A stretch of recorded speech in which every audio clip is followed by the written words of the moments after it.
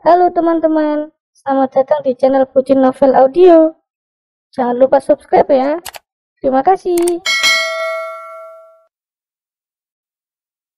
Episode 36.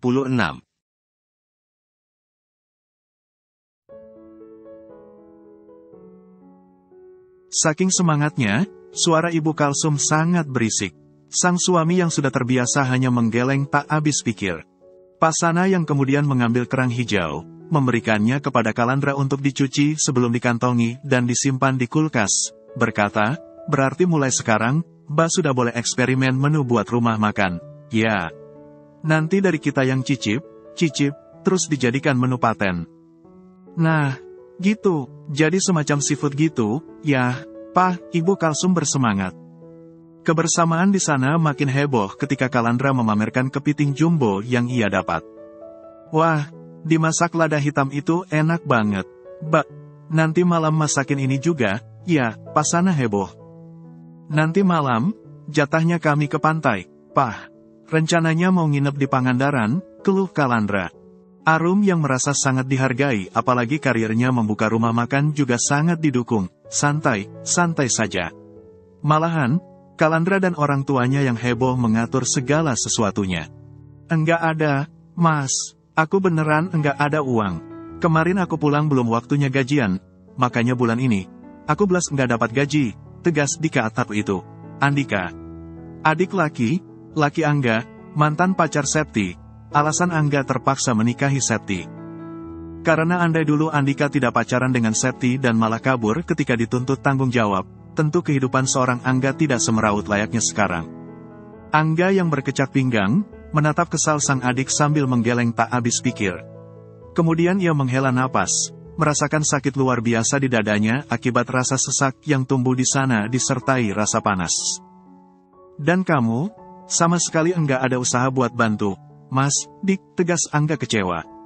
Di hadapannya, Angga yang ada di teras kontrakan dulu Angga sempat tinggal, langsung menunduk dalam. Buat sehari, hari sendiri, urus mamak sama cantik saja, susah, Mas. Apalagi kalau harus buat yang lain termasuk bantu Mas, keluh Dika hanya berani berucap lirih. Kamu sadar, tadi kamu ngomong apa, kalau kamu enggak berulah, kamu sampai pacaran sama Septi dan kalian ngelakuin yang tidak sampai Septi hamil, keluarga kita enggak sehancur ini, Dik, sergah Angga untuk pertama kalinya meluapkan uneknya. Dika balas menatap sang kakak dengan tatapan tak kalah marah. Dari awal kan aku sudah bilang ke Mas, sudah Septi dan orang tuanya biarin saja karena aku yakin itu bukan anakku. Aku ke Septi cuman buat iseng, seneng anak muda. Mas saja yang bego maunya nikahin Septi. Dika langsung bungkam setelah tinju tangan kanan Angga menghantam wajahnya. Dika yang memiliki kulit jauh lebih putih dari Angga itu langsung sempoyongan, menggunakan kedua tangannya untuk memegangi bekas tinju Angga. Aku manjain kamu bukan buat bikin kamu jadi sampah. Ngotak kamu, mana mungkin aku tega biarin kamu di penjara setelah kamu sampai menjadi buron, Ki Angga.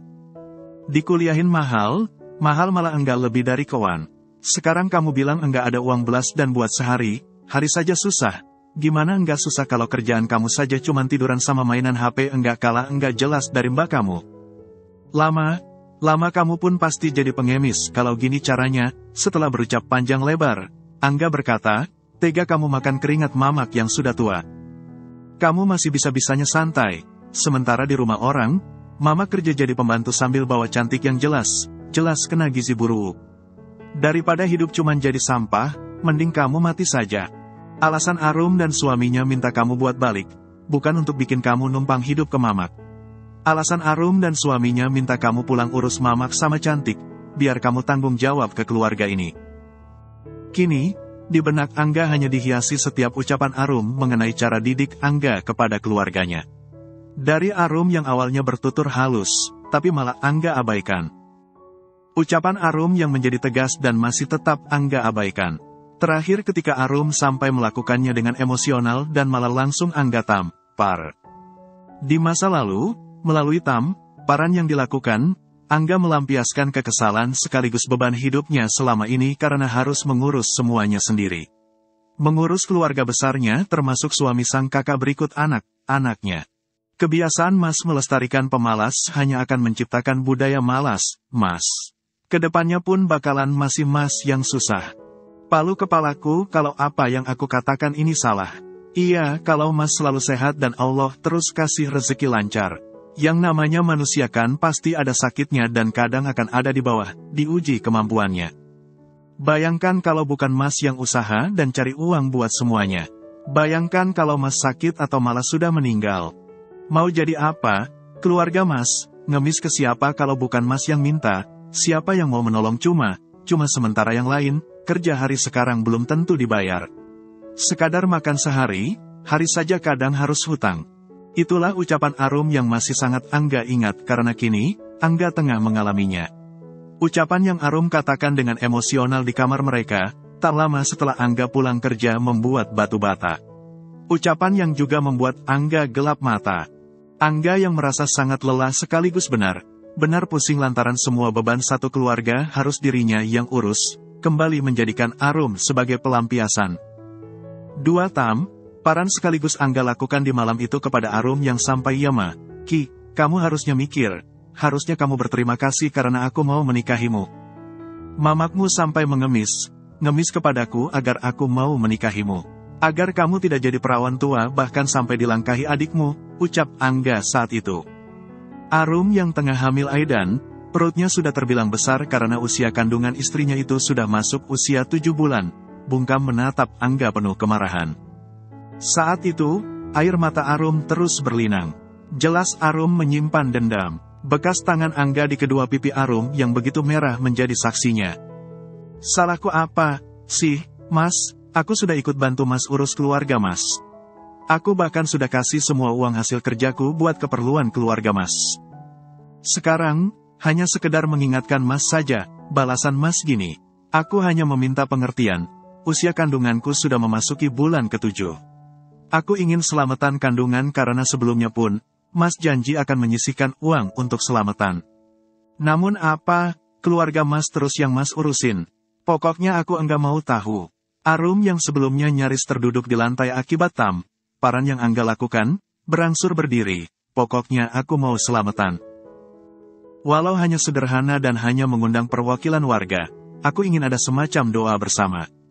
Dari hamil, termasuk keguguran 3 kali enggak ada yang diselamati atau seenggaknya diadakan doa bersama, yasinan apa gimana. Padahal semua anak Mbak Anggun Mas urusin, dan itu pakai uang aku. Aku 3 kali keguguran dan sekarang hamil besar hanya terima ke puskesmas dan itu ngandelin BPJS. Sekadar mau us dan beli kebutuhan sendiri pakai uang sendiri saja, uangnya Mas ambil terus buat urus keluarga Mas. Sumpah ya, Mas, sudah belasan juta uangku buat urus semua kebutuhan Mbak Anggun dan anak-anaknya. Itu yang dihitung dari aku keguguran anak kedua, belum yang lain. Anakku pada nangis di akhirat sana, Mas. Mereka beneran nunggu dikirimi doa bersama, bukan hanya doa dariku. Bahkan Mas sebagai bapaknya pasti enggak pernah doain. Jangankan doain, ingat saja enggak, kan, aku pastikan tangisan mereka akan membuat rezeki Mas sempit. Sudah Mas, tampar saja, tampar lagi, sekalian, sekarang talak aku sekarang juga, Mas.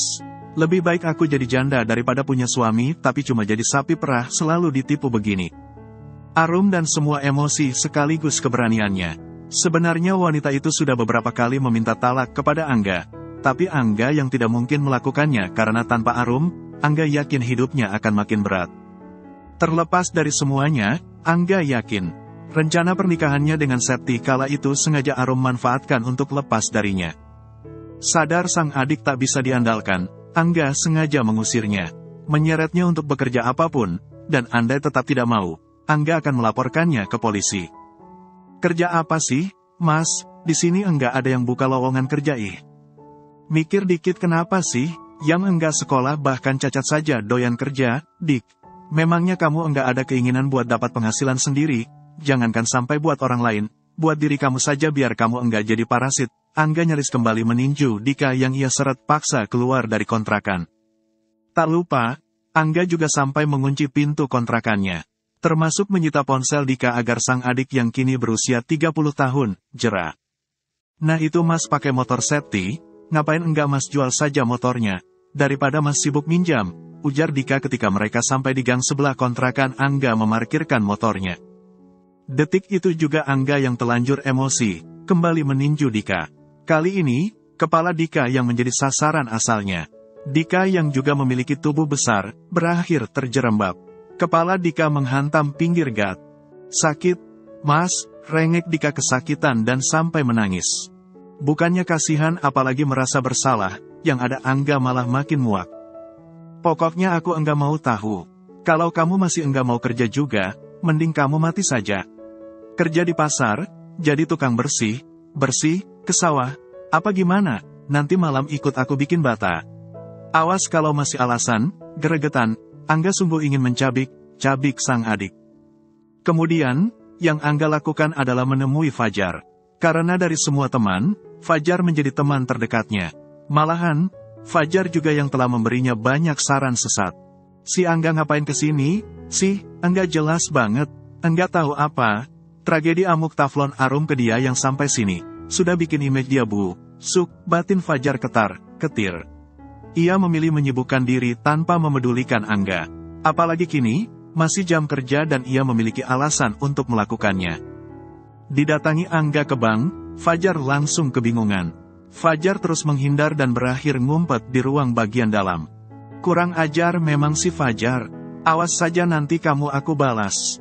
Awas beneran awas, kamu, Jar, sumpah Angga dalam hatinya. Sungguh, di saat sulit begini, tak ada satupun yang mau membantu Angga. Biasanya kalau sedang susah seperti sekarang, hanya Arum yang akan menolongnya. Meminjam ke beberapa orang pasar termasuk Ibu Nur yang sekarang jadi majikan sang mamak pun, hasilnya nihil. Masa iya, aku beneran harus pinjam ke Arum, pikir Angga terdiam di depan rumah Ibu Nur sambil berkecak pinggang di sebelah motor Septi. Memangnya kaki Septi kenapa, Mas? Tanya Ibu Sumini sengaja keluar dari kediaman Ibu Nur setelah mengetahui apa yang putra pertamanya lakukan, yaitu mencari pinjaman untuk biaya pengobatan Septi. Ia mengemban cantik yang memang tidak seperti anak seusianya. Tubuh cantik lemas dan diprediksi efek gizi buruk. Sebab walau sang mamak hobi sekaligus berbakat makan, selain malas mengurus, sekadar menyusui saja lama Anggun tidak mau dan malah kecanduan judi. Angga yang awalnya memang membelakangi rumah Ibu Nur, berangsur menoleh sekaligus balik badan.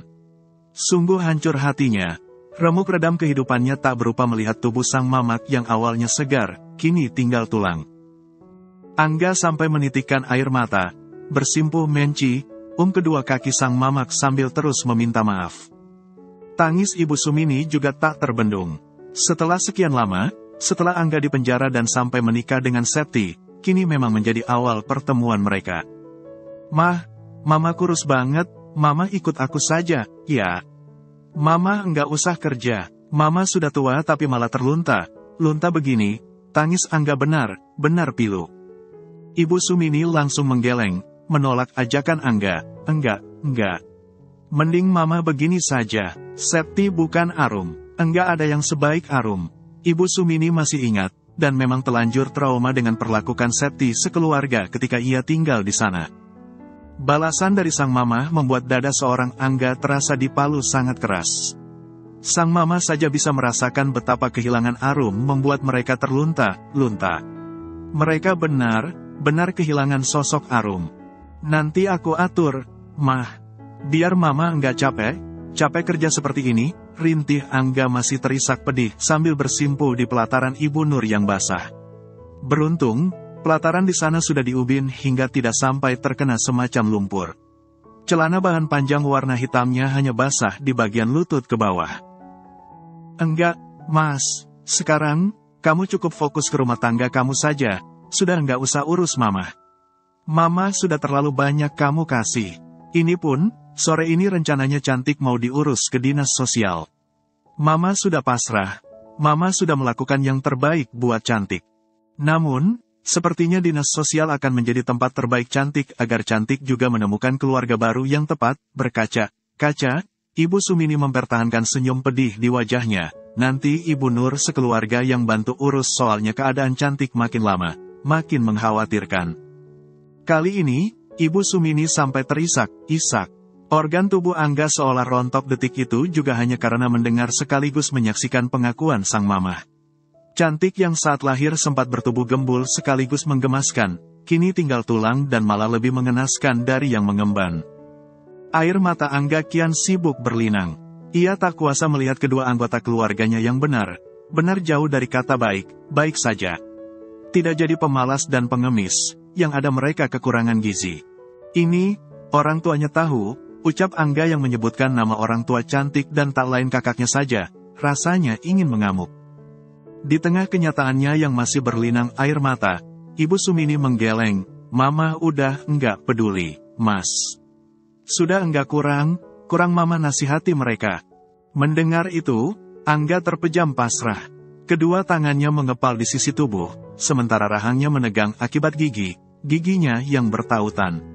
Tak habis pikir, ia sungguh tak habis pikir pada Anggun maupun Supri. Namun, kenyataan tersebut juga masih bagian dari cara didiknya yang salah. "Oh iya, Mas, si Arum juga sudah nikah lagi. Ya, kemarin Mama dititipin banyak makanan, sebelum hari pernikahan, Arum juga ada bagi sembako. Itu Mama dikasih 3 paket. Sama, ada 3 setel daster juga. Bagus, menceritakan Arum." Ibu Sumini menjadi sumringah. Lain dengan Angga yang malah merasa tertampar. Apalagi hingga detik ini, benak Angga menjadi dihiasi sumpah serapah seorang Arum. Mengenai keyakinan wanita itu bahwa Angga sekeluarga akan hancur. Bahkan, keluarga Angga Arum pastikan menjadi seorang pengemis. Juga, Arum yang turut memastikan dirinya akan jauh lebih bahagia setelah lepas dari Angga sekeluarga. Semua sumpah serapah yang akhirnya terbukti karena berlian yang dulu Angga sia-siakan bahkan buang, kini sangat berkilau. Di tempat berbeda, Arum baru keluar dari kamar mandi yang ada di kamar Kalandra. Kamar yang sudah langsung ditempati Kalandra juga setelah mereka resmi menjadi suami istri. Kenyataan suasana yang sangat sepi. Nyatanya karena selain Aidan sudah tidur, di sebelah lemari pakaian, Kalandra juga tengah membongkar koper mereka. "Yang, sini, ini perhiasan kok enggak dipakai, kamu cuman pakai cincin nikah," lirih Kalandra sengaja protes. Semacam cincin nikah pun, ia juga turut memakai. Namun, ia akan jauh lebih bahagia jika satu set perhiasan yang menjadi bagian dari emas kawinnya untuk Arum, juga wanita itu pakai. Arum yang awalnya tengah memijat kepalanya yang terbungkus handuk, berangsur mendekati Kalandra yang tengah membuka kotak perhiasan berwarna merah. "Pakai semuanya, wong kamu sama Mama yang milih, kok enggak dipakai?" ucap Kalandra yang langsung memakaikan kalungnya lebih dulu. Kemudian anting, gelang, dan juga cincin, mengingat perhiasan yang menghiasi tubuh Arum sebelum ia hiasi perhiasan darinya, juga cincin pernikahan mereka yang ada di jari manis tangan kanan Arum. "Coba lihat, fokus hadap ke aku," lanjut Kalandra dan Arum langsung menurut. "Kan, tambah cantik kalau dipakai begini," kali ini Kalandra sengaja memuji.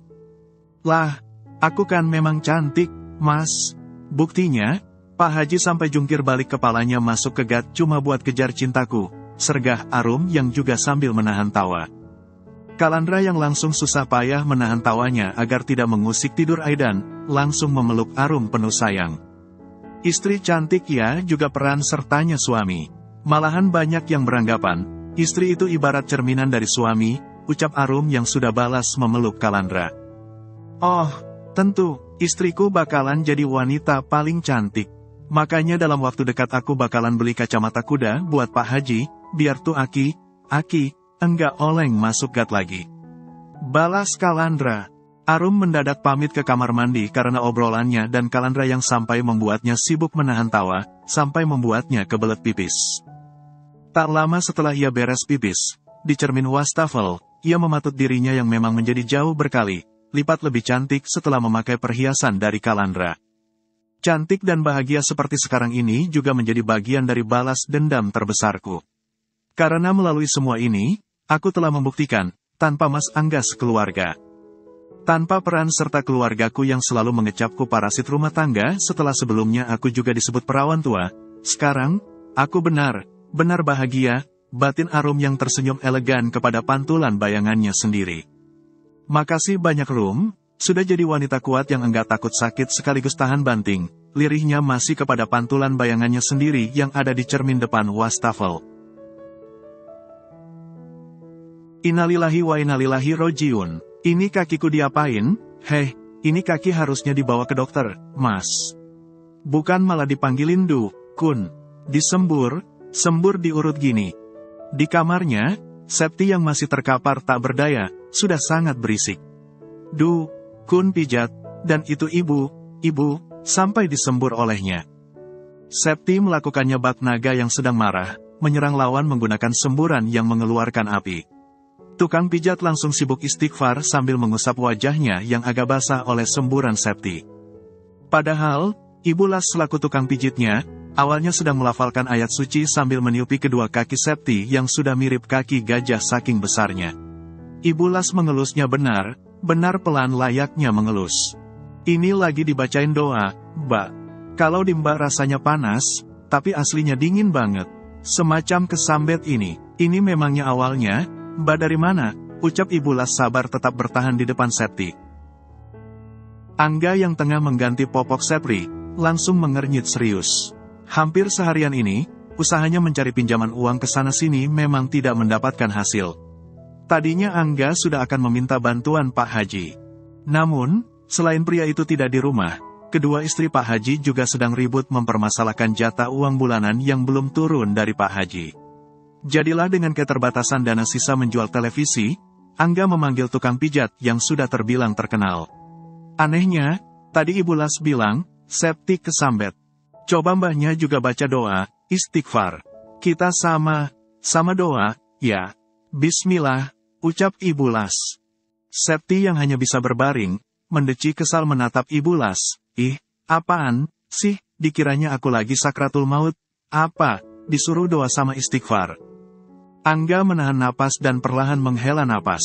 Andai ia tidak terikat perjanjian, tentu ia sudah menceraikan Septi dari awal. Ia mengetahui bayi yang Septi lahirkan malah anak si kupret Supri. Namun, Angga sudah telanjur menandatangani kontrak pernikahan. Kontrak pernikahan yang mewajibkan Angga tetap menjadi suami setia Septi apapun keadaannya. Perceraian di antara mereka hanya boleh terjadi jika Septi yang meminta. Kamu yang sabar, dong. Orang kamunya teriak gitu, ya demitnya betah di kamu, dikiranya kamu masih keluarga atau malah kembarannya. Balas Angga yang walau tegas karena jengkel, masih tergolong sabar. Septi melotot syok, menatap kesal sang suami. Sumpah ya, Mas. Kamu beneran enggak guna banget. Sekadar cari pinjaman buat berobat saja kamu enggak becus. Gimana kalau aku sampai minta lebih? Dan sekarang, kamu malah dengan sombongnya bilang gitu, satu hal yang membuat Septi makin kesal dan bosan menjadi istri Angga. Angga bukan lagi pria mapan yang memiliki pekerjaan tetap. Apalagi jika dibandingkan dengan Kalandra. Sangat jauh. Ucapan tak mengenakan dari Septi barusan, membuat Angga risih sekaligus malu. Pria itu menggeragap dan benar geregetan. Tanpa kembali memedulikan Septi, ia memilih fokus mengurus Sepri yang makin hari wajahnya makin mirip Supri. Selain itu, seharian ini ia tinggal dan Septi pun hanya bisa tiduran, juga membuat bocah itu sangat tidak terurus. Maaf, Mbak, Mas, ini, jadi pijat, enggak, ya, tanya Ibu Las sungkan dan menjadi merasa serba salah. Namun, Septi malah langsung membentaknya. Pergi, Septi berteriak mirip kera, sukan arwah jahat. Sepri langsung nangis kejer, selain Ibu Las yang buru pamit sambil terus meminta maaf. Septi, bentak Angga benar geram. Mengurus bayi saja sebenarnya Angga tidak bisa. Angga terpaksa melakukannya. Ditambah Septi yang terus berisik dan turut membuat Septi nangis kejer. Angga merasa frustrasi, menimang Sepri dan membawanya pergi daripada ia emosi kemudian mengamuk Septi layaknya apa yang biasanya ia lakukan kepada Arum.